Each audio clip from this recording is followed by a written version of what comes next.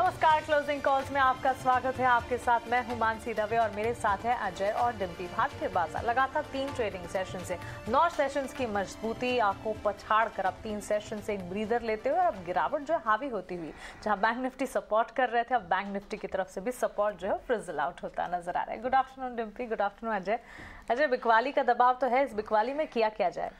देखिए, बिकवाली का दबाव नहीं है, ये हजम किया जा रहा है। जो गेंस हमने जो पूड़ी कचौड़ी खाई है ना 10 दिन, जो दावा तोड़ाई है अपने बुल्स ने, वो हजम की जा रही है। देखिए, पूड़ी कचौड़ी के नाम पे डिम्पी के चेहरे पे कैसी बढ़िया मुस्कान आ गई। बात तो सही है, लास्ट 10 दिन से अच्छी खासी पुल बैक रैली का फायदा उठा रहे थे, तो थोड़ा हजम हो जाए। ये गेंस एग्जैक्टली वही है, सपोर्ट पे बैठा हुआ है।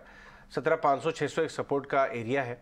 पुल बैक से बाइंग भी आती है, तो कोई दिक्कत वाली बात नहीं है। आपको सही स्टॉक्स का चुनाव करना चाहिए। देखिए, जैसे अंडर ओन्ड, ओवर सोल्ड और बदलते हुए इन्वायरमेंट का फ़ायदा फार्मा स्टॉक्स को मिला। पहले हमने केमिकल्स आपके लिए निकाला था। कंस्ट्रक्शन स्टॉक से भी आप इस समय ध्यान रखिए। छोटे हैं, अंडर ओन्ड हैं, कोई उनको ओन नहीं करना चाहता, लेकिन सबके उनके जो बैलेंस शीट से काफ़ी सुधर गई हैं। लेकिन ओवरऑल बेंचमार्क्स को अगर आपको देखेंगे तो आपको कमज़ोरी नज़र आएगी, लेकिन ब्रॉडर मार्केट्स में बहुत ज़्यादा कमज़ोरी के साइन नहीं है। इस समय देखना होगा कि किस लेवल पे जाके निफ्टी, बैंक निफ्टी सपोर्ट लेता है। आईसीआईसीआई बैंक भी है। अगर आईसीआईसीआई बैंक का रिजल्ट अच्छा आ गया, आईटी का आपका रिलायंस इंडस्ट्रीज का नंबर अच्छा आ गया, तो आपको बाजार में सपोर्ट लेता हुआ नजर आएगा। तो शॉर्ट टर्म में बाजार इन दोनों चीज़ों को नज़र बना के बैठा हुआ है। अभिषेक बासु मलिक हमारे साथ हैं हमसे बाजार के बारे में बात करने के लिए। मिड और स्मॉल कैप में अच्छी स्टॉक पिकिंग करते हैं। अभिषेक, गुड आफ्टरनून। आपके पीछे जो किताबों की बहुत ही शानदार शेल्फ मुझे नज़र आ रही है और आपकी आंखों के ऊपर जो मोटे मोटे चश्मे हैं, वो ये बताते हैं कि आपने कितनी ज़्यादा किताबों के अंदर, रिपोर्ट्स के अंदर, अपने स्क्रीन के अंदर डीप डाइव लगाई है। ये बताइए, लास्ट पिछले कुछ हफ्तों से आप क्या पढ़ रहे हैं? What are you reading? क्या स्टॉक रिसर्च करके आप सोच रहे हैं कि ऐड किया जाए अपने पोर्टफोलियो में?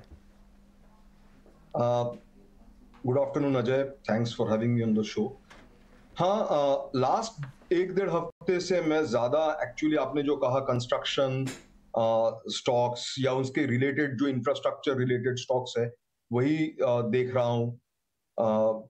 मुझे काफी उनमें से काफी ऐसे लग रहे हैं जो अंडर वैल्यूड है, अंडर ओन्ड है और जिनका शायद 1 साल 1.5 साल में जिनका भविष्य अच्छा लग रहा है। तो वो एक एरिया है। फार्मा ऑब्वियसली मैं लास्ट 3-4 महीने से कह रहा हूं कि अच्छा है।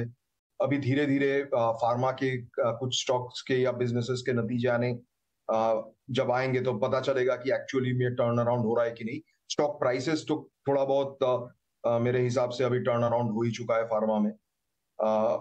ये मेनली जो एरिया है वो देख रहा हूँ। केमिकल्स और एक एरिया है जहां पे लास्ट 1 साल से कुछ ज्यादा हुआ नहीं है। वो सेगमेंट काफी खराब है, लेकिन उसमें भी कुछ कुछ कंपनीज जो है वो धीरे धीरे अपना बिजनेस कंसोलिडेट करके इंप्रूवमेंट आने का संभावना है।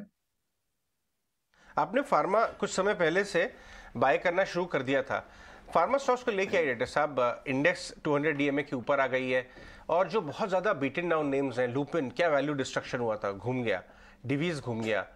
ग्लैंड फार्मा, इसमें से 2-4 ऐसे स्टॉक्स बताइए जो आप रिसर्च कर रहे हैं अभी या लेना चाहते हैं, ले चुके हैं लेकिन पढ़ रहे हैं आप, जिनमें वैल्यू नजर आ रही है आपको फार्मा में। देखिए, फार्मा में एक्चुअली आपको इंडिविजुअल कंपनीज पे ध्यान देना है क्योंकि हर एक कंपनी अलग है। ठीक है, सिर्फ सेक्टोरल कॉल लेके फायदा नहीं है। सो उसमें आप दिलीज लैब हो सकता है जो एपीआई के सीडीएमओ उस साइड में हो गया, जिनका काफी वैल्यू डिस्ट्रक्शन हुआ है लास्ट कुछ महीनों में। फार्मा में डॉक्टर रेड्डीज, एल्केम, जेबी केमिकल टाइप्स की जो कंपनीज हैं, इनमें मेरा पर्सनल इंटरेस्ट है। एज अ डिस्क्लोजर मैं बता देता हूँ। तो ये जो स्टॉक्स हैं, ये सारे स्टॉक्स मेरे हिसाब से काफी अच्छा लगता है मुझे। नेक्स्ट 2-3 साल अच्छा होना चाहिए।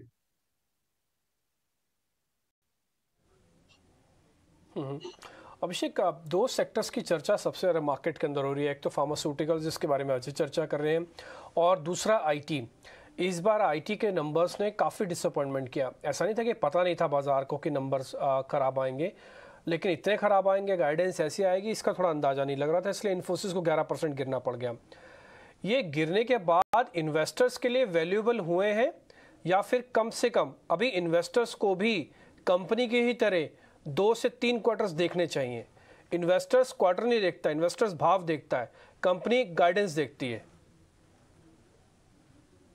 आईटी का मुझे अभी याद आ रहा है, अजय के साथ मैं जब बात कर रहा था, शायद ये 2-3 इंटरव्यूज पहले, मतलब हो सकता है 3-4 महीने पहले हम लोग बात कर रहे थे, तो मैंने बताया था कि आईटी में क्या होता है कि मोस्ट ऑफ द मैनेजमेंट अपना मतलब वो डिनायल में रहते हैं कि उनको लगता है कि सब कुछ अच्छा होने वाला है।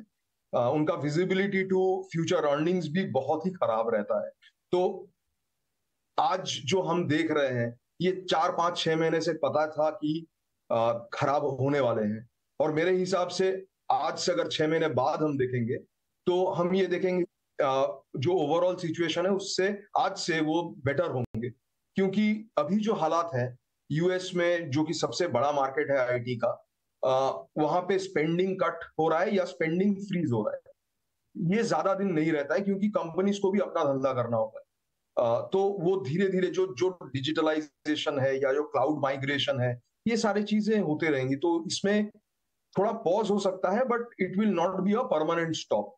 तो आपको अगर कोई कंपनी अच्छा लगता है तो आप एक दिन में जाके पूरा अपना निवेश मत करिए, बट एक स्टैगर्ड वे में आप धीरे धीरे खरीदना, आपको अगर लगता है कि कोई आइडेंटिफाइड 1-2 कंपनीज हैं तो वो कर सकते हैं। अभिषेक, गुड आफ्टरनून। आपका एक ऐसे मार्केट एक्सपर्ट माने जाते हैं जो कि अर्ली स्टेज में ही किसी सेगमेंट में जो पावर है, स्ट्रेंथ है, उसे भाप लेते हैं, और आपकी लिस्ट में रेलवे सेक्टर भी है। अब रेलवे सेक्टर की ही अगर बात करें तो एक तो कोविड के आफ्टरमैथ से ये सेक्टर जो है वो निकल चुका है, और अब क्योंकि ट्रैवल टूरिज्म पर इतना फोकस, इतना फ़ायदा है, इसका एक इम्पैक्ट भी है जो कि रेलवे स्पेस पर पड़ता हुआ, इनफैक्ट ट्रैवल टूरिज्म से जुड़े ही सेक्टर्स पर पड़ता दिख रहा है। और सरकार का लगातार फोकस, अब केपिक्स की ही बात करें, रेलवे केपिक्स एक लगातार अच्छी कहानी, पॉजिटिव कहानी इस सेक्टर के लिए हर साल बनती जा रही है। क्या ट्रिगर्स हैं जो कि आपको लगता है कि रेलवे को हाईएस्ट मार्जिन ऑफ सेफ्टी की कैटेगरी में रखते हैं? देखिए, लास्ट 6-7 महीने से हम लोग रेलवे स्टॉक्स में इन्वेस्ट कर रहे हैं या देख रहे हैं उस सेक्टर को। सबसे इंपॉर्टेंट जो रेलवेज में है, वो जैसे आपने कहा, काफी ज्यादा गवर्नमेंट का फोकस है ऑन केपिक्स। विजिबल भी है, प्री इलेक्शन जो एक विजिबल इंफ्रास्ट्रक्चर डेवलपमेंट होता है, उसमें रेलवेज आता है, रोड हाईवेज आता है। तो ये सारी जो है काफी इन फोकस रहेगा एटलीस्ट एक साल, आई मीन इलेक्शन के 1 साल का जो अभी पीरियड बचा है उस पीरियड में। राइट, ये बताइए कि एक टीटागढ़ वैगन करके कंपनी है, आपके बैकयार्ड की कंपनी है, कोलकाता की, रोलिंग स्टॉक की, काफ़ी बड़े बड़े टारगेट्स आ रहे हैं उस पर, और काफ़ी लोग इसको कवर करना शुरू कर गए हैं। वो आपके रेडार पे है? आपने कभी स्टडी किए? जी, टीटागढ़ वैगन्स है, जुपिटर वैगन्स है, वो भी यहीं का कंपनी है, टेक्समैको है। तो ये 2-3 कंपनीज हैं जो आज के डेट में रेलवेज, वैगन्स, रोलिंग स्टॉक, ये सब एरियाज में काम कर रहा है। बट मेरा सिर्फ फोकस इन पे नहीं है, ये तो अच्छे कंपनीज हैं, टेलविंड है इनमें सेक्टर में, बट इनका जो डेरिवेटिव सेगमेंट भी है, जैसे आप व्हील्स हो गया, बेयरिंग्स हो गया, तो ये सारे सेगमेंट भी हमको देखना चाहिए, क्योंकि काफी द स्पिन ऑफ इफेक्ट जो है, या जो पिक एंड शॉवल मॉडल है, उससे बाकी लोगों को भी काफी फायदा होने वाला है।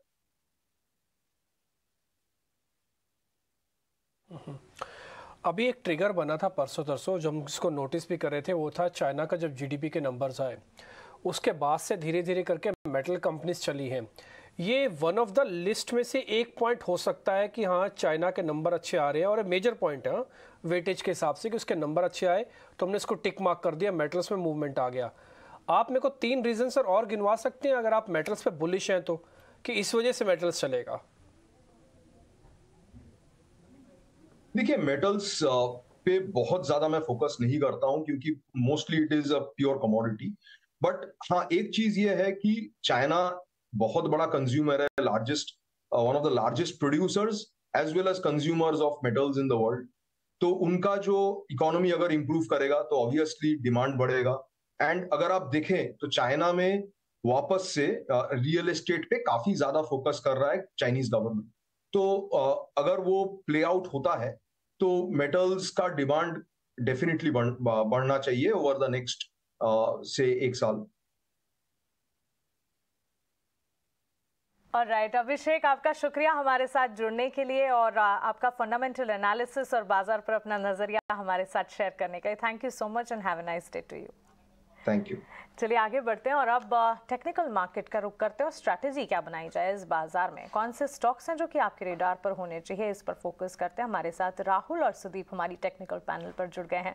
Good afternoon gentleman. सुदीप, शुरुआत आपसे करेंगे. बताइए इस वक्त जहां हम देख रहे हैं ब्रॉडर मार्केट में तो अब भी एक्शन, अब भी अपॉर्चुनिटीज क्लियरली नजर आ रही हैं मिड कैप की अगर बात करें, लेकिन निफ्टी बैंक निफ्टी में एक रिकवरी अटेम्प्ट जरूर की थी 12.5-1 से बीच में निफ्टी बैंक निफ्टी ने कामयाबी भी हाथ लगी थी, लेकिन इस वक्त अगेन डाउनफॉल्स नजर आ रहे हैं. स्ट्रैटेजी क्या बनाएंगे? और सुदीप आपके आइडियाज भी बताइएगा stock specific. Good afternoon Mansi ji, good afternoon Ajay ji. Market में हम ये देख रहे हैं पिछले 2-3 दिन से एक थोड़ा सेलिंग प्रेशर का माहौल बना है 17,800 के लेवल से, जो कि एक प्रीवियस रेजिस्टेंस भी था जो हम मार्च महीने में जहां से एक बार फिसले थे 7-8 मार्च के करीब वहां से. तो इस बार भी हम वहीं से फिसले, निफ्टी वहीं से थोड़ा सेलिंग प्रेशर में आ रही है. और हमें ये नहीं भूलना चाहिए कि उसके पहले ये 3 दिन जहां पे हम सेलिंग प्रेशर देख रहे हैं, उसके पहले लगातार 9 रिकॉर्ड सेशंस हमने देखे थे. मार्केट एक higher top higher bottom formation बना के लगातार बढ़े ही जा रहा था. तो ये एक रियलिटी चेक है कि हम एक डाउनफॉल में से ये एक रिबाउंड रैली है. बट यहाँ पे क्या हो रहा है कि ये लास्ट एक हफ्ते में हमने देखा है कि मिड कैप में एक आउट परफॉर्मेंस हो रहा है. तो मेरा ये मानना है कि ये 17,500-550 का जो ये एरिया है, ये हम बहुत करीब है 200 डीएमए से. तो प्लस माइनस 50 पॉइंट्स 17,530 एक बहुत इंपॉर्टेंट सपोर्ट होगा. 17,500-530 यदि हम इसके नीचे फिसलते हैं तो ही हम पोजिशनली हमें बेरिश जाना चाहिए, वरना हम 17,500 और 17,700 750 के बीच में ही हम ट्रेड करेंगे अगले कुछ आने वाले कुछ दिनों में. और कोई बहुत बड़ा कोई इवेंट नहीं है कि बहुत बड़ा कोई मेक और ब्रेक ट्रिगर हो वैसा. तो मुझे लग रहा है कि एक रेंज बाउंड सिनेरियो में जाएगा मार्केट. एक बड़े प्राइस के बाद एक हल्का प्रॉफिट बुकिंग हुआ है. तो ओवरऑल बाय ऑन डिप्स रहेगा 17,500 के सपोर्ट के साथ. और बैंक निफ्टी अगर हम बात करें तो 41,800 एक बहुत बढ़िया सपोर्ट है. 41,800 41,700 एक बहुत इंपॉर्टेंट सपोर्ट है. और हम देख रहे हैं कि ये 2-3 दिन से जो फॉल आ रहा है बैंक निफ्टी में, उसके बावजूद 42,000 में पुट राइटिंग अभी भी उतनी ही हो रही है, या फिर बहुत ज्यादा कोई अनवाइंडिंग हम नोटिस नहीं कर रहे. तो मुझे लग रहा है 41,800 900 एडजस्टिंग जो प्रीमियम पुट का है 42,000 का, वो एक बहुत इंपॉर्टेंट सपोर्ट बन जाएगा. और वहीं से हम एक फ्रेश रैली बैंक निफ्टी में देखेंगे, क्योंकि लार्ज कैप बैंक्स ऑलरेडी काफी चल चुके हैं और हमने पिछले कुछ दिनों में मिड कैप और पीएसयू बैंक्स में भी एक अच्छा मोमेंटम देखा था. तो यहाँ पे फिर से एक बार मोमेंटम वापस बनेगा एक आध दिन में, जहां पे एक ये सपोर्ट लेगा ये मार्केट. ओके चलिए, तो ये रहा आपको इंडेक्स पर मिलती हुई. सुदीप, आपके ट्रेडिंग आइडियाज बचे हैं, उसके लिए फिर से आपके पास आएंगे, लेकिन राहुल आप बताइए स्टॉक्स कौन से आपके रेडार पर? तो 2 स्टॉक्स मेरे रेडार पे है. एक लॉन्ग साइड पे, एक शॉर्ट साइड पे होगा. लास्ट टाइम जब मैं शो में था मैंने कहा था कि निफ्टी जो है 17,650 और 17,900 के बीच में एक कंजेशन जोन है निफ्टी का. और जो स्पीड से निफ्टी रैली हुआ है 16,900 से, उसी स्पीड से अभी रैली नहीं होगा और करेक्शंस होते जाएंगे और एक स्लो स्पीड में मूव होगा इस कंजेशन जोन के बीच में, जो हुआ लास्ट वीक में अगर आप देखेंगे तो.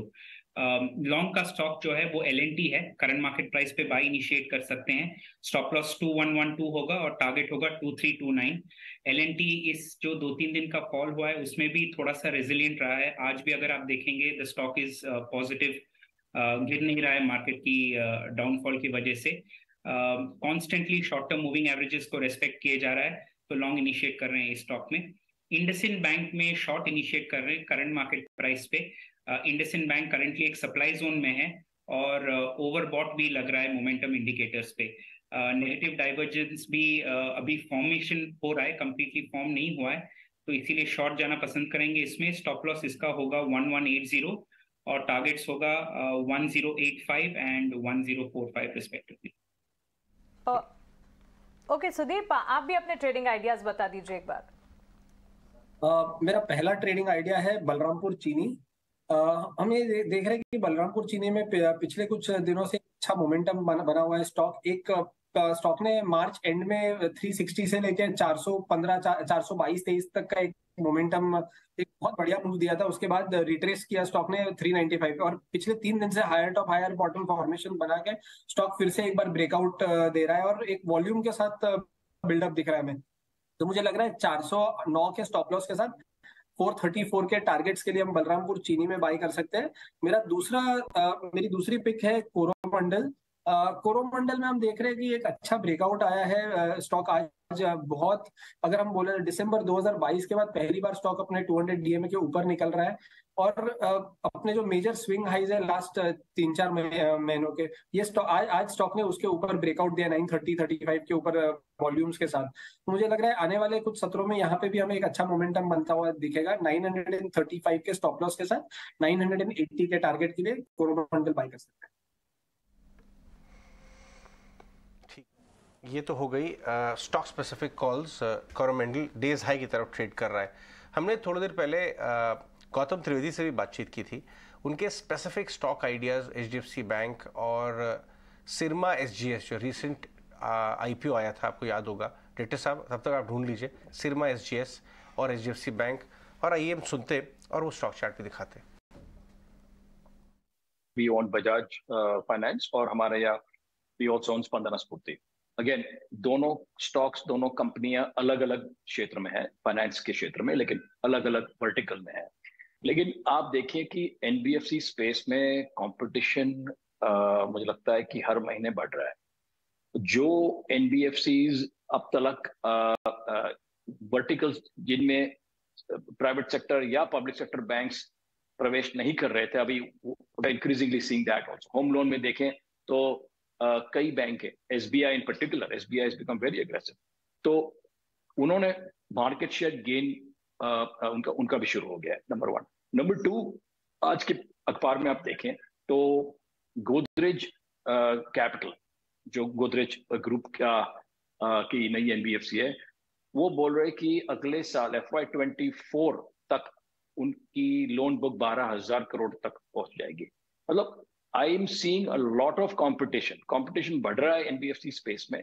और यहाँ पे मुझे लगता है कि जो कंपनियां टेक्नोलॉजी को पहले अडेप्ट करेगी, जो कंपनियां जिनका ऑलरेडी इतना बड़ा डिस्ट्रीब्यूशन और focus is not just metros but also smaller towns, तो वहां पे जो मुझे लगता है कि size will matter in the NBFC business.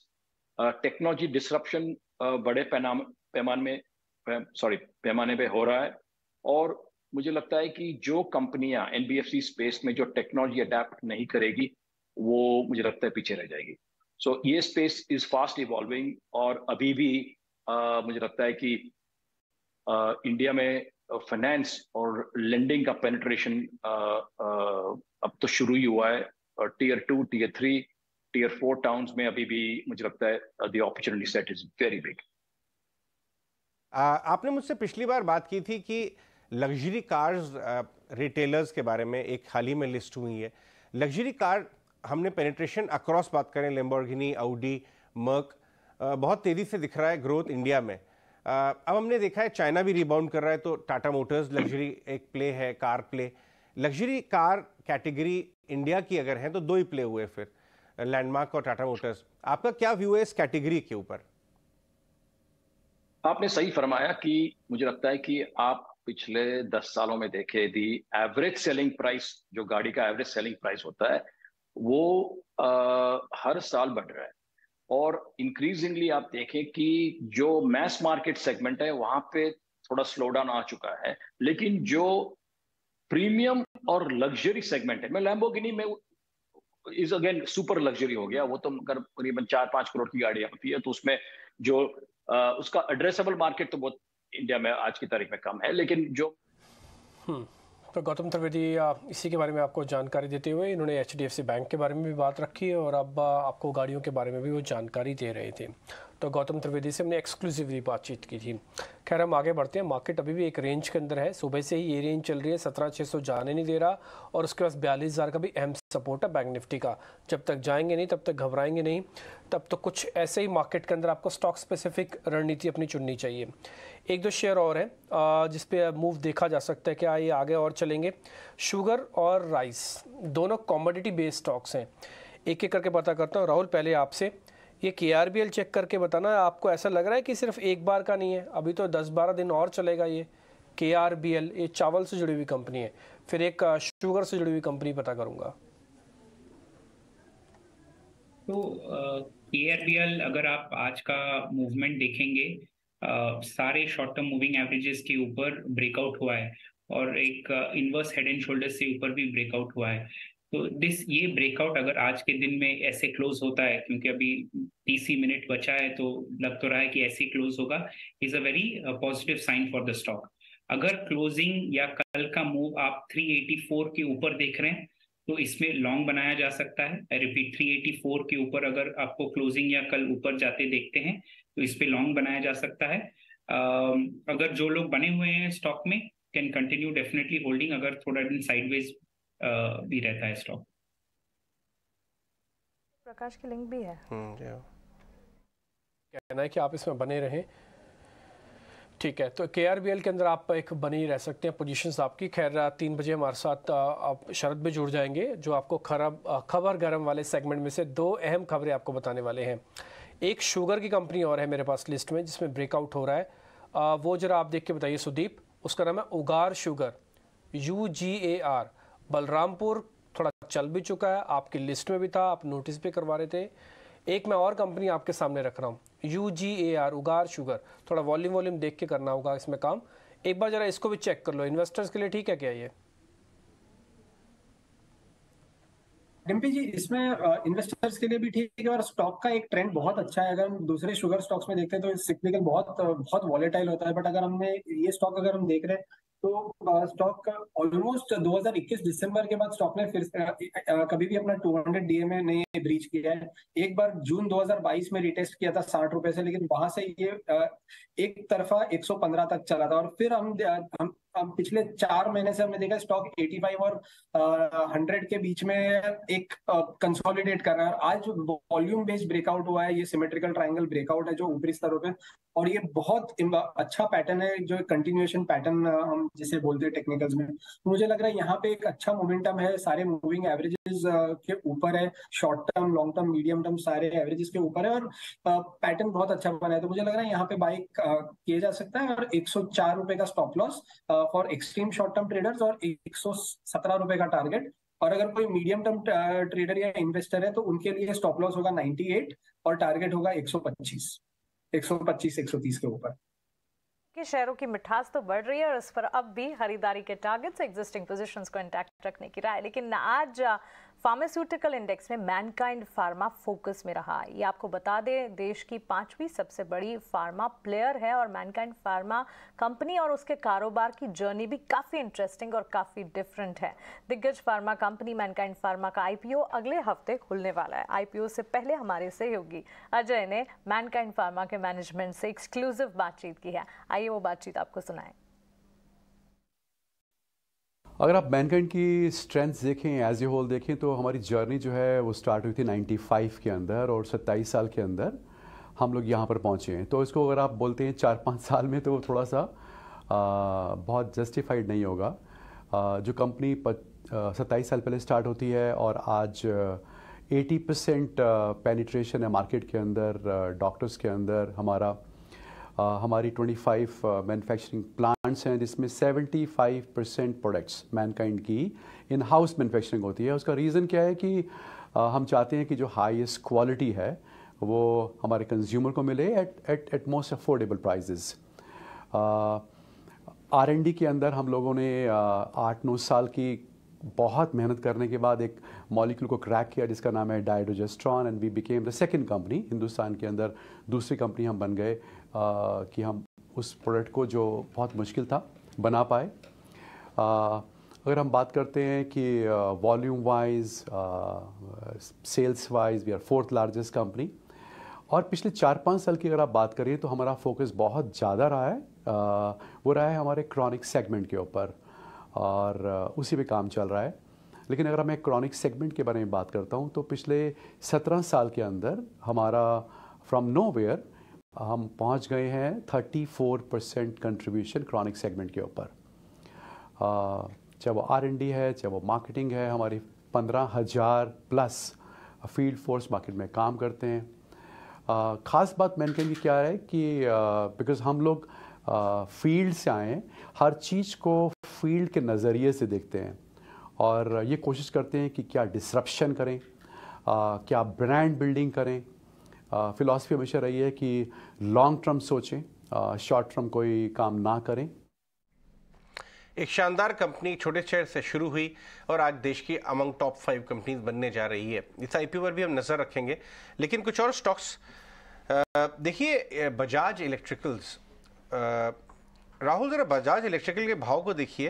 आज 3% ऊपर है, एक ब्लॉक भी हुआ था, उसके बारे में हम जानकारी लेके आएंगे, लेकिन एक करेक्टिव फेज में आया था और अब रिबाउंड करता हुआ नजर आ रहा है। क्या ये प्रीवियस हाइस की तरफ जा सकता है अपने 1200 रुपए की तरफ? तो बजाज इलेक्ट्रिकल्स में अभी जो आज का मूव आया है, it has bought it to exactly to a supply zone, जहां पे जनरली सप्लाई जोन वो कहलाता है जहां पे रेजिस्टेंस या बहुत सारे पेंडिंग ऑर्डर शॉर्ट साइड की तरफ होते हैं। तो ये सप्लाई जोन का अगर आप वैल्यूज देखिए 1092 से लेके 1120 तक है।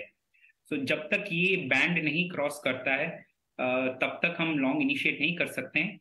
अगर ये बैंड क्रॉस कर देता है, not only supply zone cross कर देता है but in additional higher high भी बना लेता है, क्योंकि वहां पे एक रेजिस्टेंस पॉइंट भी है। तो 1120 तक हम लॉन्ग नहीं इनिशिएट करेंगे। Over 1120 we can go long, और स्टॉप लॉस जो है सप्लाई जोन के बॉटम में रख सकते हैं, which is at 1180, I beg your pardon 1080।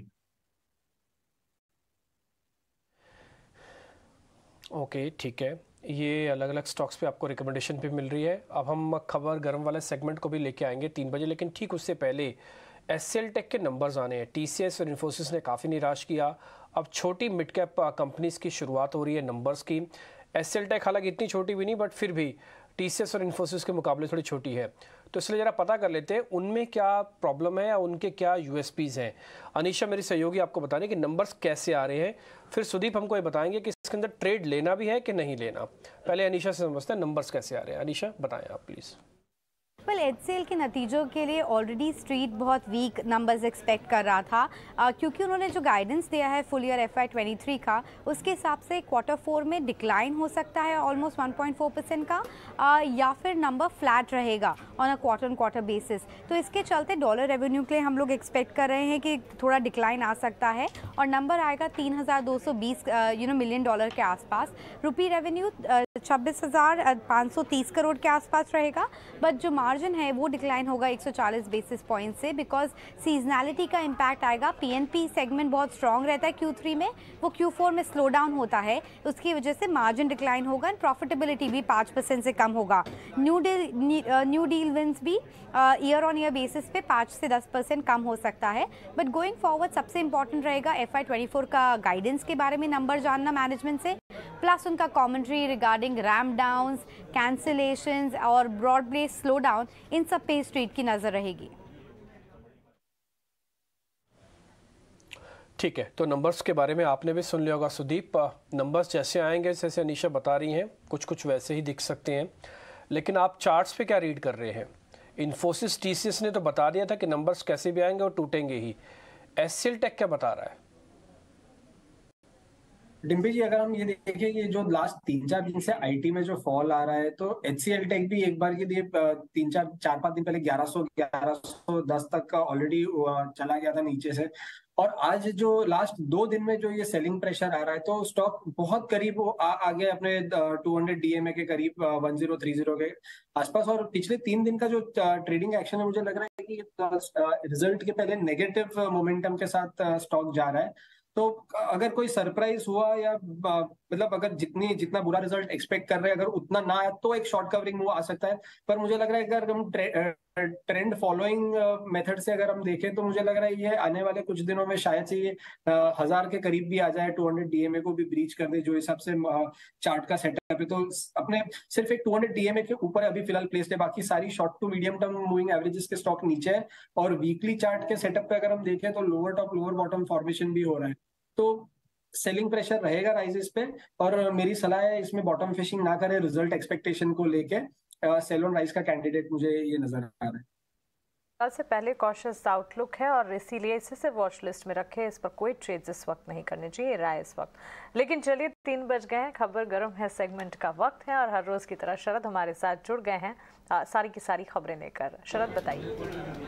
जी बिल्कुल, हमने जो है मंडे को कहा था कि बजाज कंज्यूमर केयर में जो है DI बाइंग देखने मिल रही है और वहाँ पे हमने कहा था कि बजाज ग्रुप ऑफ स्टॉक्स में थोड़ी इंटरेस्ट आई है इंस्टीट्यूशनल की, और आज भी जो है हम देख सकते हैं बजाज इलेक्ट्रिकल्स में लगभग 2% जो है इक्विटीज़ एक्सचेंज हुई है। यहाँ पे FIs और DIs दोनों में खरीदारी हो रही है, ये डीलर्स कह रहे हैं हमें, और प्रमोटर्स जो है थोड़ी स्टेक बेचे हैं यहाँ पे।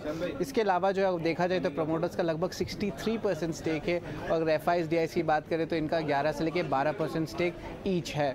इसके अलावा दूसरा स्टॉक फोकस में रहने वाला स्मॉल कैप स्टॉक है स्पेशलिटी रेस्टोरेंट्स, लेकिन यहाँ पे एक इंपॉर्टेंट प्रेफरेंशियल इशू आया, 127 करोड़ रेज हुई है, और इसके अलावा जो है लगभग 60 लाख वारंट्स इशू हुए हैं। लेकिन 2 अहम जो बायर्स है डोमेस्टिक स्पेस में, AG डायनामिक फंड्स और नेक्स्ट पैक्ट, उन्होंने बड़े पोजीशंस लिए हैं, तो इसको ज़रूर आप फोकस में रखिएगा। तीसरा स्टॉक है HPCL, जहाँ पे एक FI डेस्क ने जो है एक्विजिशन स्टार्ट की है, और याद रखिए जो 4th क्वार्टर अर्निंग्स होने वाली है HPCL की वो बहुत अच्छी होने वाली है, क्योंकि मार्केटिंग मार्जिन्स में जो है एक अच्छी सुधार देखने मिलेगी। और स्टॉक के बारे में बात करें तो पिछले 3 सेशन में 5% का इजाफा ऑलरेडी देखने मिला है। लेकिन डील स्पेसिफिक जो है चौथा स्टॉक भी आज मैं लाया हूँ आपके लिए, और वो है ग्लैंड फार्मा। यहाँ पे एक डोमेस्टिक फंड हाउस जो है एक कंटिन्यूस बाइंग देखने मिल रही है आज दिन के ट्रेड में, और याद रखिए वॉल्यूम्स में भी स्टॉक में लगभग 15 टाइम्स उनके 20 डे मूविंग एवरेज हो गया है। और स्टॉक अगर देखें तो शॉर्ट टर्म मूविंग एवरेज है जो 50 और 100 DMA का, उसमें भी जो है आज ही जो है दिन के ट्रेड में इन दोनों लाइन्स को पार किया गया है। तो इन स्टॉक्स को ज़रूर अपने रडार में आप रखिएगा।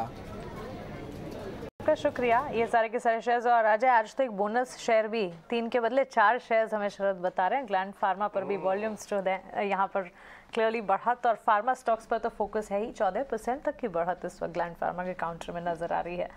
सुदीप, इस पर ही एक बार एक चार्ट चेक कीजिए, बताएं। DIs की लगातार खरीदारी देखने को मिल रही है विच इज़ अ पॉजिटिव, और इसके अलावा फार्मा प्लेस फोकस में है। ग्लैंड फार्मा में 1400 के पार के लेवल्स इस वक्त। मानसी जी, एक बहुत टाइम के बाद हमने ग्लैंड फार्मा में ये एक बड़ा मूव देखा है जो 14-15% का है। इसके पहले एक बार अगस्त 2022 में स्टॉक ने 2200 से लेके 2500 तक का एक मूव दिखाया था। क्योंकि अगर हम ओवरऑल स्टॉक का ट्रेजेक्टरी देखें 4200 से, तो ये हमेशा एक सेल ऑन राइज कैंडिडेट ही रहा है, और कहीं पे भी हर एक स्विंग बॉटम से स्टॉक 10-12% के ऊपर स्टॉक ने कभी भी एक उछाल नहीं दिया है। बट ये पहली बार है जो 15% आज हम एक दिन में इसको देख रहे हैं। तो मुझे लग रहा है कि एटलीस्ट एक बॉटम फिशिंग एक्टिविटी या बॉटम फॉर्मेशन एक्टिविटी हम इसे कह सकते हैं। और जब तक ये स्टॉक 1330-1340 के ऊपर है, शॉर्ट टर्म में मुझे लग रहा है यहाँ पे हम 1550 से लेके 1600 तक का एक भाव देख सकेंगे। वहां पे एक इसके ऊपर एक ओवरहैंग सेलिंग प्रेशर आएगा जो पुराना एक रेजिस्टेंस है। तो 1330 1340 के स्टॉप लॉस के साथ यहाँ पे बाय कर सकते हैं। बट जो भी ट्रेडर यहाँ पे बाय करे या निवेशक बाय करे, तो एक ग्रेजुअली ऑन डिप्स बाय करना चाहिए मेरे हिसाब से, और नॉट एट वन गो। अच्छा ये बताइए ICICI बैंक में क्या करना चाहिए राहुल, रिजल्ट के पहले कैसा ट्रेड बन रहा है? अगर आप बैंकिंग इंडेक्स को कंप्लीटली देखेंगे ना, banking index 42,000 P, 41,000 P, 40,000 P तीनों में बहुत हाई ओपन इंटरेस्ट है। तो जब भी एक डिप आएगा बैंक निफ्टी का 42,000 के नीचे, तो एक बाइंग का ही एटमॉस्फेयर बनेगा। बट ICICI बैंक और इंडसइंड बैंक का चार्ट अगर आप स्पेसिफिकली देखेंगे, दोनों पे मोमेंटम नेगेटिव साइड की तरफ है, और एक नेगेटिव डाइवर्जेंस भी बन रहा नजर आ रहा है। तो लॉन्ग इस वक्त इन 2 स्पेसिफिक काउंटर्स में हम नहीं जाएंगे। पब्लिक सेक्टर बैंक्स एक बेटर चार्ट अपॉर्चुनिटी प्रेजेंट कर रहा है, तो currently we will not go long on ICICI bank. Reliance Industries, उस पर आप लॉन्ग जाएंगे क्या ahead of results? Titan, Reliance Industries. Reliance अभी जब तक 2310 2305 नहीं ब्रेक करता लगता है अब बिल्कुल लॉन्ग का कैंडिडेट है। मोस्ट इंपॉर्टेंटली रिलायंस इंडस्ट्रीज का एक बहुत ही बेहतरीन बाय लेवल है 2265 के आसपास, जो आपको याद होगा मैंने पिछले 2 वीक्स बैक मैंने बताया भी था, हालांकि वो लेवल आया नहीं है।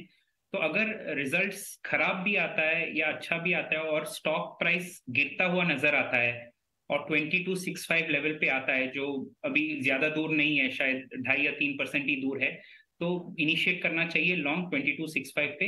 स्टॉप लॉस इसका होगा 2175 2180 एंड लॉन्ग होल्ड कर सकते हैं। अगर रिजल्ट्स आने के बावजूद आप देख रहे हैं कि 2265 का लेवल नहीं आ रहा है बट 2310 होल्ड कर रहा है, जो 20 डे EMA है, तभी भी हम लॉन्ग जा सकते हैं for higher targets. Deep, Atul Auto के चार्ट को जरा चेक करके बताइए। एक महीने में 25% स्टॉक चल रहा है। ये पुराने ज़माने में बड़ी अच्छी ऑटो कंपनी हुआ करती थी। अगर आप 4-5 साल ग्राफ देखें, उसके बाद वैल्यू डिस्ट्रक्शन हुआ और अब अपने आप को वापस से खड़ा करने की कोशिश कर रही है और इसके अंदर बड़े इन्वेस्टर्स भी आए हैं। हमारे साथ सृष्टि जुड़ रही है बताने के लिए कि जो बड़े बड़े ब्रोकरेजेस हैं अब वो काफ़ी इंटरेस्टेड हो रहे हैं स्टॉक के अंदर। सृष्टि बताइए। जी बिल्कुल, यहाँ ना ही सिर्फ ब्रोकरेजेस बल्कि निवेशक भी इंटरेस्टेड हो रहे हैं अतुल ऑटो के स्टॉक में। जैसा कि आप हाईलाइट कर रहे थे कि ज़बरदस्त तेज़ी पिछले 1 महीने में दिखी है और 3 व्हीलर को लेके कंपनी के काफ़ी बड़े प्लान्स भी हैं। जैसा कि हम जानते हैं कि इलेक्ट्रिक 3 व्हीलर में ऑलरेडी अतुल ऑटो प्रेजेंट है, पर आगे चल के ना ही ये सिर्फ अपने प्रोडक्ट पोर्टफोलियो को एक्सपैंड करना चाह रहे हैं, तो इसके साथ जोग्राफी एक्सपेंशन का भी कंपनी का प्लान है। 3 व्हीलर इलेक्ट्रिक मार्केट की बात करें तो वहाँ पे वो जो अभी 25 किलोमीटर पर आवर से नीचे के जितने भी रिक्शा थे वो बनाते थे, आगे चल के वो L5 कैटेगरी जिसे कहते हैं उसमें स्पोरे कर रहे हैं और Q1 FY24 तक हम देख सकते हैं कि वो व्हीकल्स का लॉन्च भी हो जाए। हाल फिलहाल जोड़ के देखें और आगे के प्लान्स को देखें तो 3 नए ब्रांड्स के साथ अतुल ऑटो आने का प्लान कर रही है। और इसके अलावा अगर हम बात करें तो ना ही सिर्फ भारत में बल्कि एक्सपोर्ट्स में भी उनका पूरा फोकस है कि जो अभी की एग्जिस्टिंग कैपेसिटी है और L5 कैटेगरी, ये दोनों को ही एक्सपोर्ट मार्केट में भी एक्सपैंड करने की कंपनी की पूरी तरीके से तैयारी है। अगर बात करें बैटरी स्वैपिंग की, क्योंकि इलेक्ट्रिक व्हीकल के बाद अब बैटरी स्वैपिंग एक दूसरा बड़ा जो है सारी 3 व्हीलर कंपनीज के लिए एक पॉइंट बन गया है, तो वहाँ पे भी उन्होंने होंडा के साथ एक पैक कर रखा है। हालांकि इस पे काम करना और भी बाकी है, बट कहीं ना कहीं ये मानते हैं कि 3 व्हीलर मार्केट जो है आने वाले करीब 5 सालों में 15% की सालाना ग्रोथ भारत में दिखा सकता है। इनके पास अहमदाबाद में 45 एकर्स का लैंड भी अवेलेबल है, जहाँ पे वो आगे चल के क्षमता विस्तार के भी प्लान्स बना रहे हैं।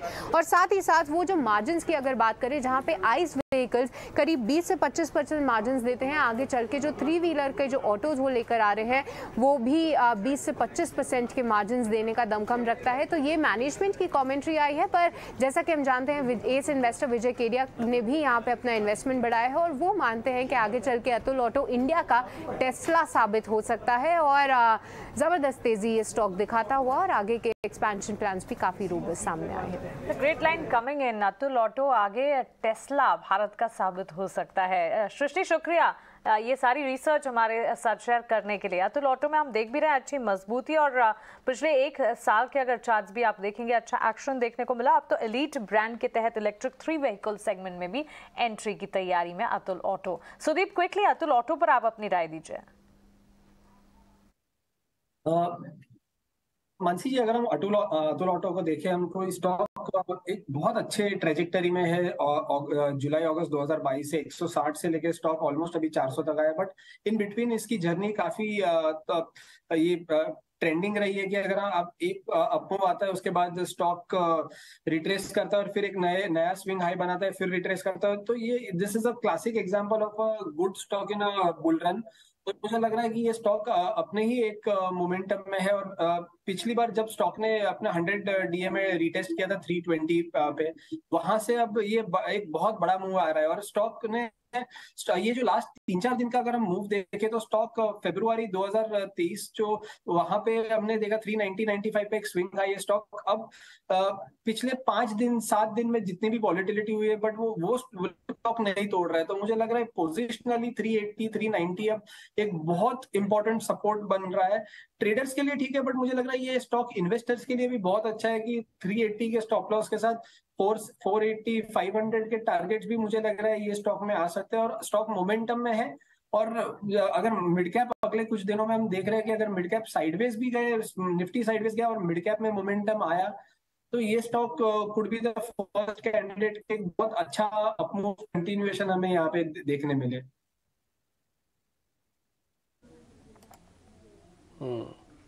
एक शेयर और है लिस्ट में। एक्चुअली में 3-4 दिन पहले खबर आई थी कि सरकार गर्मियों के सीज़न में ध्यान में रखते हुए, रेलवेज इनफैक्ट नॉट सरकार, कुछ गाड़ियाँ निकालती है जिसको हॉलिडे स्पेशल्स टिपिकली कहते हैं। उसकी संख्या करीब 40 से 50 है।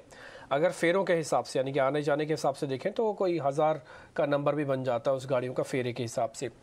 तो एक बड़ा एक इनकम का सोर्स हो सकता है, वो IRCTC के लिए हो सकता है, क्योंकि नई गाड़ियाँ सीजनल प्ले के लिए मार्केट में उतर के आ जाएंगी।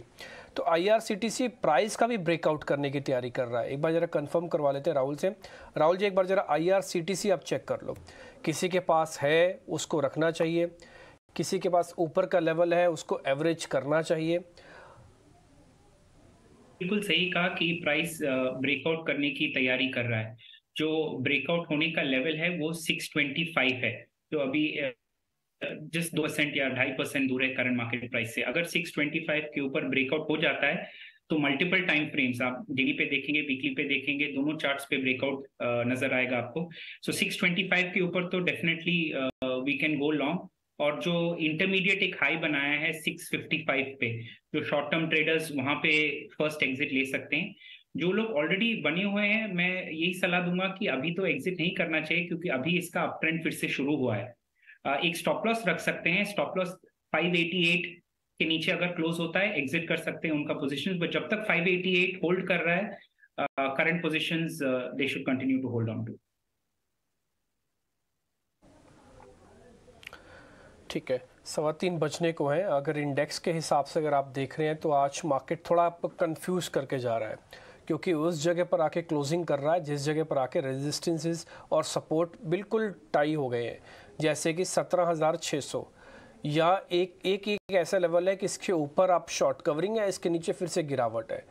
वापस लेके एक बार बैंक निफ्टी 42,150 के आसपास है, 42,200 के नीचे है, 42,000 का एक सपोर्ट है। तो बिल्कुल बीच में फंस गए हैं। कन्फ्यूजन थोड़ी ज़्यादा है कि पुट्स लेके जाएं, कॉल लेके जाएं, BTST करें, STBT करें या नहीं करें। एक बार सुदीप, आपकी रिकमेंडेशन, जिनके पास शॉर्ट है उनको कैरी कर लेना चाहिए, इस चीज़ में ध्यान में रखते हुए कि 3 दिन का जो प्रेशर है ये और प्रेशर बनाएगा, बल्कि ख़त्म नहीं करेगा। मुझे लग रहा है आज एक दिन के लिए यहाँ पे निफ्टी के जो शॉर्ट्स है वो बुक कर लेने चाहिए, बिकॉज आज हम देख रहे हैं कि आज निफ्टी ने जो 3 दिन के भले लोअर टॉप लोअर बॉटम बनाया है, मतलब जो कैंडल्स अगर हम देखें तो, पर आज का जो रिबाउंड आया है वो 17,580 से आया है, जहाँ पे 200 DMA है। तो एक बड़े अपमूव के बाद इंडेक्स ने अपने 200 DMA को रिटेस्ट किया है।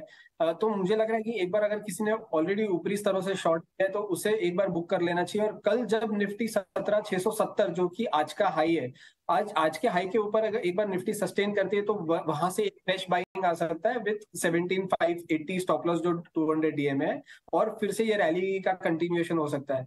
तो मुझे लग रहा है कि एक बार के लिए शॉर्ट्स तो कैरी मैं नहीं करूंगा। मैं स्टॉक स्पेसिफिक जहां पे मुझे मोमेंटम दिखेगा, जैसे एक्सिस बैंक है, बलरामपुर चीनी है, फिर एलगी इक्विपमेंट्स है, ये सारे स्टॉक्स में कैरी करके जाऊंगा जहां पे एक बहुत बढ़िया मोमेंटम मार्केट दे रहा है हमें। इस वक्त आपको स्टॉक स्पेसिफिक मिलती हुई दिख रही है, और इन लिस्ट में काफ़ी सारे शेयर्स हैं जिसको आप नोट डाउन भी कर सकते हैं और समय आने पर वक्त पर इनमें खरीदारी का ट्रेंड भी बना सकते हैं, क्योंकि ये सारे के सारे स्टॉक्स जो हैं वो पॉजिटिव क्वालिटी वाले स्टॉक्स हैं जहां पर एक्शन लगातार हमने देखा है। लेकिन 18 आवर्स स्वदेश आपको कई सारी खबरें बताता है और उन खबरों पर मोहर लगने के ठीक साथ साथ स्टॉक स्पेसिफिक रिएक्शन भी आते हुए हमने देखे हैं। और इसी का एक और एग्जाम्पल आपके सामने हम रखने जा रहे हैं। शिपिंग कॉर्पोरेशन ऑफ इंडिया का स्टॉक देखें, अच्छी बढ़त के साथ करीब 5% की तेजी स्टॉक में आज देखने को मिल रही है। इस मजबूती के पीछे की वजह भी है, और साथ ही NMDC पर भी एक खबर है। दोनों खबर जो है उससे जुड़ी जो डिटेल्स हैं, जो खबरें आई हैं, जो न्यूज़ है, वो हमारे सहयोगी प्रकाश प्रियदर्शी हमारे लिए लेकर आए हैं। शुरुआत शिपिंग कॉर्पोरेशन ऑफ इंडिया के साथ करते हैं, और शिपिंग कॉर्पोरेशन ऑफ इंडिया में अगर आप देखें, सरकार SCI की लैंड असेट कंपनी को अगले महीने लिस्ट करा सकती है। ये ताज़ा खबर आती हुई दिखी है। इससे जुड़ी एक्सक्लूसिव डिटेल्स प्रकाश के पास है। बताइए प्रकाश। देखिए, शिपिंग कॉरपोरेशन ऑफ इंडिया के विनिवेश से संबंधित अहम डेवलपमेंट है। सूत्रों के हवाले से जो जानकारी हमें मिल रही है उसके हिसाब से सरकार अगले महीने से एससीआई की जो विनिवेश प्रक्रिया है उसको रफ्तार देने जा रही है। सूत्र में बता रहे हैं कि अगले महीने की शुरुआत में एससीआई का जो लैंड एसेट है और उससे संबंधित जो कंपनी है उसकी लिस्टिंग की तैयारी जो है वो की जा रही है। अगले महीने की शुरुआत में इसकी लिस्टिंग की जा सकती है। दीपम ने जो औपचारिकताएं हैं, जो टेक्निकल एस्पेक्ट्स हैं, उस पर काम करना शुरू कर दिया है, जो कि लिस्टिंग से पहले की जाती है, और इस बात की योजना तैयार की गई है कि अगले महीने की शुरुआत में इसकी लिस्टिंग की जाएगी। साथ ही साथ जहां तक फाइनेंशियल बिड इनवाइट करने का सवाल है तो सूत्र में बता रहे हैं कि अगले महीने के आखिर में, यानी कि मई महीने के आखिर में या फिर जून महीने में एससीआई के लिए फाइनेंशियल बिड जो है वो इनवाइट किए जाएंगे। जो डिमर्जर की प्रक्रिया थी एससीआई के कोर एसेट्स और नॉन कोर एसेट्स की जहां तक बात करें तो जैसा कि आपको पता है कि एमसीए ने पहले ही इसकी मंजूरी दे दी है और अब इसके लिए लिस्टिंग की तैयारी जो है की जा रही है। दीपम के एजेंडे में, जैसा कि हमें सोर्स बता रहे हैं, बीएमएल के नॉन कोर बिजनेस जो है उसकी लिस्टिंग के बाद अब प्राथमिकता में एससीआई का जो नॉन कोर बिजनेस है उसकी लिस्टिंग सबसे ऊपर है और उसी से संबंधित ये तैयारियां की जा रही है। सूत्र हमें बता रहे हैं कि सरकार की योजना ये है कि इस साल के आखिर तक शिपिंग कॉरपोरेशन ऑफ इंडिया के विनिवेश की प्रक्रिया को पूरी कर ली जाएगी और उसी से संबंधित ये प्रयास जो हैं वो किए जा रहे हैं। चलिए, तो शिपिंग कॉर्पोरेशन ऑफ इंडिया के विनिवेश यानी डाइवेस्टमेंट की प्रक्रिया जो है वो तेज हो रही है। इससे जुड़ी एक्सक्लूसिव वक्त पर इससे जुड़े अपडेट्स भी हम आप तक जरूर पहुंचाएंगे। लेकिन एनएमडीसी विनिवेश को लेकर ईटी नाउ स्वदेश ने एक और एक्सक्लूसिव खबर एनएमडीसी पर पेश की है और अगले महीने एनएमडीसी स्टील प्लांट के लिए बोली बुलाई जा सकती है। आइए उससे जुड़ी जानकारी भी प्रकाश से समझते। बताइए प्रकाश। देखिए, सूत्रों के हवाले से हमें एक्सक्लूसिव जानकारी मिल रही है कि सरकार एनएमडीसी के स्टील प्लांट की विनिवेश प्रक्रिया को रफ्तार देने जा रही है और जो जानकारी हमें मिल रही है उसके हिसाब से अगले महीने एनएमडीसी के नागरनार प्लांट जो कि छत्तीसगढ़ में है उसके लिए फाइनेंशियल बिड जो है वो इनवाइट किए जाएंगे। इस वक्त दीपम जो है, जो शुरुआती औपचारिकताएं होती हैं फाइनेंशियल बिड इनवाइट करने से पहले, उस पर काम शुरू कर दिया है और उम्मीद ये की जा रही है कि अगले महीने सरकार जो है इसके लिए फाइनेंशियल बिड इनवाइट करेगी। हमें इस बात की भी जानकारी मिल रही है कि एक्सप्रेशन ऑफ इंटरेस्ट स्टेज पर कई बड़ी कंपनियों ने एनएमडीसी के स्टील प्लांट में दिलचस्पी दिखाई है उसको खरीदने के लिए और इसमें तमाम बड़ी कंपनियां शामिल हैं और उम्मीद ये की जा रही है कि स्टील सेक्टर की जो तमाम बड़ी कंपनी है, चाहे जेएसडब्ल्यू है, जेएसपीएल है, टाटा स्टील है, वेदांता जैसी कंपनियां जो हैं फाइनेंशियल बिड इस स्टील प्लांट के लिए सबमिट कर सकती है। सरकार की योजना ये है कि इस साल अक्टूबर महीने तक विनिवेश की जो प्रक्रिया है उसको पूरी कर ली जाए। जैसा कि आपको पता है कि सरकार एनएमडीसी के स्टील प्लांट में करीब 50.79% जो अपनी हिस्सेदारी जो है उसको बेचना चाहती है मैनेजमेंट कंट्रोल के साथ और उसी के तहत ये प्रयास किए जा रहे हैं। और जैसा कि आपको पता है कि एमसीए ने पहले ही जो डिमर्जर की प्रक्रिया थी उसको मंजूरी दे दी है और उसके बाद अब फाइनेंशियल बिड इनवाइट करने की तैयारी जो है वो की जा रही है। ठीक है, दो अलग अलग कंपनी है एनएमडीसी की। ये जो खबर थी एनएमडीसी स्टील के रिगार्डिंग है। एनएमडीसी पहले सिर्फ माइनिंग से जुड़ी हुई कंपनी थी, बाद में वो स्टील के उन्होंने बिजनेस अपना अलग कर दिया और उसके बाद एनएमडीसी स्टील बना दिया। दोनों के भाव अलग अलग हैं। आपको एनएमडीसी जो दिखेगा 113 रुपये का दिखेगा और ये 33 रुपये का दिखेगा। एक काम करते हैं, जरा सुदीप से दोनों ही शेयर चेक करवा लेते हैं। सुदीप, दोनों शेयर चेक कर लो एनएमडीसी के, 113 वाला भी और ये स्टील वाली कंपनी है 33 रुपये की। इस पर तो खैर सर्किट लगा हुआ है 5% का। एनएमडीसी और एनएमडीसी स्टील दोनों के चार्ट चेक कर लो। डिम्पी जी, पहले अगर हम एनएमडीसी स्टील की बात करें तो बहुत ज्यादा तो टेक्निकल इसमें डेटा नहीं है, तो लेकिन 39 से 30 रुपए तक एक बार स्टॉक ने करेक्शन दिया था और वहीं से अभी स्टॉक ऑलमोस्ट अपना स्टॉक ने जो फॉल दिया था उसके 38% रिट्रेस स्टॉक कर चुका है 35 के लेवल से आज का जो हाई दिख रहा है। तो मुझे लग रहा है यहाँ पे एक बार 35 के ऊपर स्टॉक सस्टेन करेगा एनएमडीसी स्टील लिमिटेड। तो एक मूव 38, 39 जो इसका पुराना स्विंग हाई है या जो 6 मार्च का जो हाई है वहां तक एक बार फिर से जा सकता है और 31.5 इसके लिए एक स्टॉप लॉस या एक सपोर्ट होगा। अगर हम एनएमडीसी लिमिटेड की बात करें तो वहां पे एक ये थोड़ा अंडर प्ले कर रहा है, मुझे लग रहा है कि अंडर परफॉर्म कर रहा है दूसरे मेटल स्टॉक से, बिकॉज जो डॉलर इंडेक्स के वीकनेस की वजह से हमने देखा जो मेटल इंडेक्स प्लस ये जो दूसरे मेटल स्टॉक से, वहां पे एक अच्छा मूव आ रहा है। पर एनएमडीसी अभी भी 117 118 जो कि इसका एक बहुत इंपॉर्टेंट रेजिस्टेंस है, स्टॉक इसके ऊपर क्रॉस नहीं कर पा रहा है। तो मुझे लग रहा है जब तक 117 के ऊपर एनएमडीसी सस्टेन नहीं करता है तब तक ये एक रेंज में ही रहेगा 108 और 117 के बीच में। जिस पल भी ये 117 के ऊपर स्टॉक सस्टेन करना चालू करेगा तो मुझे लग रहा है फिर हम यहाँ पे बाई कर सकते हैं 112 के स्टॉप लॉस से और 130 के टारगेट के लिए।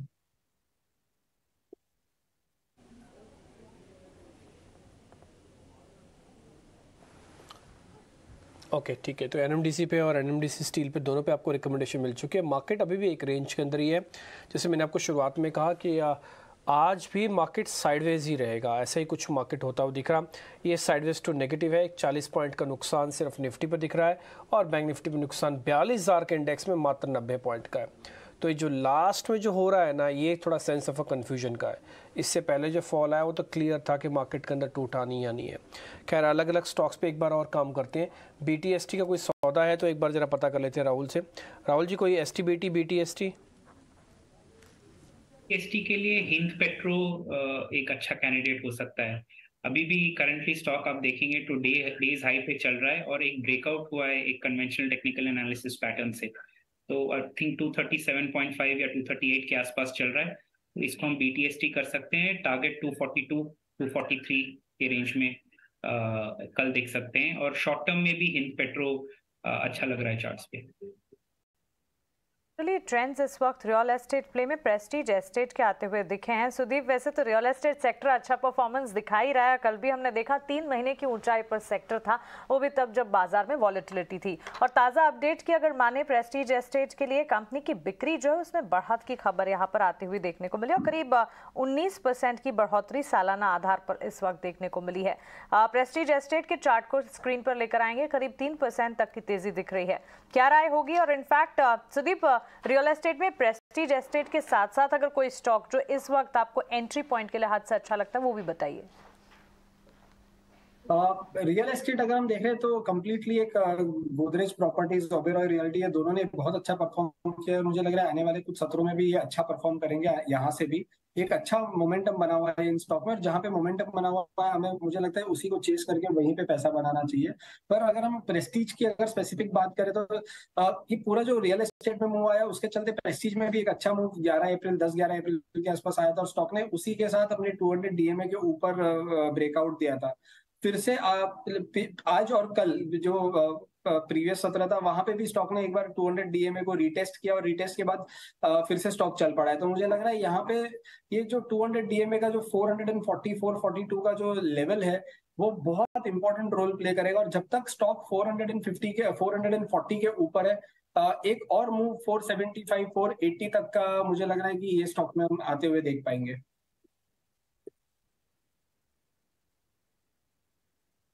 ऐसा नहीं कि सभी शेयर्स में दम है, कुछ शेयर ऐसे भी है जो चलने के बाद अब वापस से टूटने के तैयार हो रहे हैं। सीमेंस को देख के कुछ ऐसे लग रहा है। 2 इंपॉर्टेंट पॉइंट बताता हूँ सीमेंस का। अगर आपके सामने तो वैसे आएगा चार्ट, लेकिन अगर आप कैंडल चार्ट देखेंगे ना तो आपको दिखेगा छोटी छोटी कैंडल्स बनना शुरू हुई जिसके अंदर। दूसरा, फॉल हुआ है एक चैनल का जो कि अपवर्ड राइजिंग चैनल था, उसका एक फॉल हुआ, बकायदा डेज लो पे क्लोज भी कर रहा है।